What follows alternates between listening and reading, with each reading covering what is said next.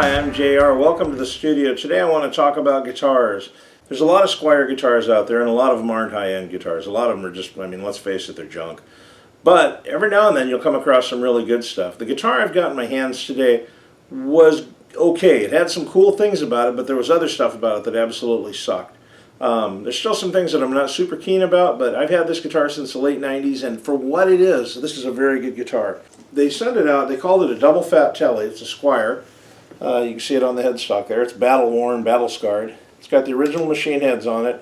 I don't care for these style of little string spacers. I think they chew on the strings, but I change my strings out often enough that doesn't matter. It has humbucker pickups in it, as you can see. It came with black knobs, but I thought since it sounds more like a Les Paul, I would put Les Paul style knobs on it. I had to change out the switch. The switch that came with it from Korea was absolute crap.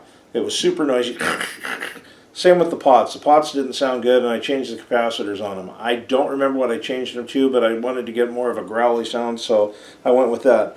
The set screws for the saddles were extremely high. I mean, we're talking like 2 millimeters high, 3 millimeters high maybe. They'd chew up your hand if you were palm muting. I had to change those out. Right here, my kids were having a sword fight with a music stand and put a big dent in the guitar like a week after I got it. Thanks, boys. It's got a set neck. This was what intrigued me the most about this guitar. There's no neck joint. It's set. It's glued in there. Since it's a set neck and it's glued in there, I think the transmission of the sound is a lot better back and forth through it. The only thing I've really had to do to it recently was I took it in, had the frets dressed, had the nut filed down a little bit, had the action set, and had the intonation redone. The guys over 6,000 did it for me. It was like, I don't know, 60 bucks, something like it, 70 bucks. And I put a set of D'Addario XPs on it. I bought this guitar because I needed a second guitar. I had an old PV, and it was really good for the boodly boodly boodly with the big Kaler whammy bar stuff on it, but it wasn't really good for some of the stuff we were getting into. We were playing a lot more grunge and metal and mixing Zappa into that. It was like a cross between Alice in Chains and Frank Zappa. Good stuff, a lot of fun to play, but I needed something heavier because we could not seem to keep a bass player. I don't know what it is about bass players, but I mean this with all the love in the world, but a lot of bass players seem to be flaky. They'd come play for a while and then they'd like trip off and do their own thing, or I don't know. I really don't know what the heck their problem was, but anyway, we couldn't get a bass player. So I ended up detuning this guitar, bringing her down to a drop D, and then just using her to chug out the rhythms.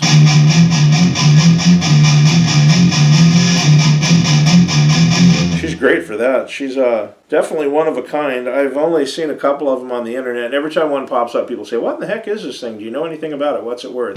Well, what I do know about them is, oh yeah, another neat thing about it is it's got a split pickup. I've got the pickup split.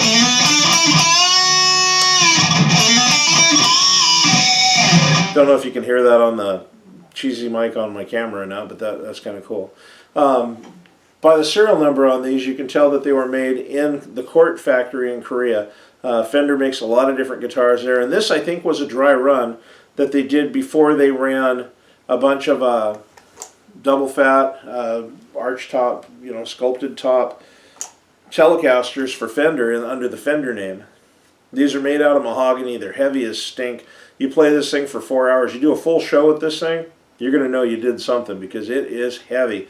But the neck's really small. It's a C neck. It feels really, really good. It's pretty fast.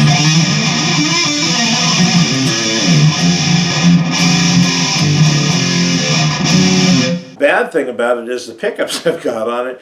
I don't think they're those stock pickups. I think I put some overwound pickups on it. So when you play it just clean, that's as clean as it'll get, but it also breaks up easy too.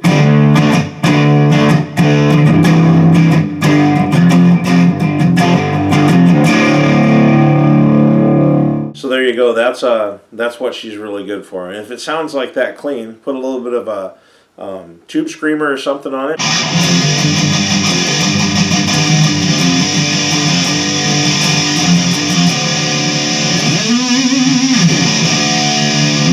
Great little guitar. If you happen to find one of these, man, I would say pick it up. It was sent out as a Squier double fat Tele. They came in two colors, metal flake blue, like this. The other one was metal flake red. Came out late 90s. They're heavy as crap. Machine heads are pretty good on it. They're not the typical crappy worm gear ones that you see on Squiers. These are some really good machine heads on it. I've had absolutely no trouble with this guitar other than when I first got it, there was a lot of crappy stuff going on. Changed that stuff out, and I've played this guitar a lot. I've played it at church. I've played it in grunge bands, rock bands. I record with it. It's really good for a lot of that 90s dark stuff.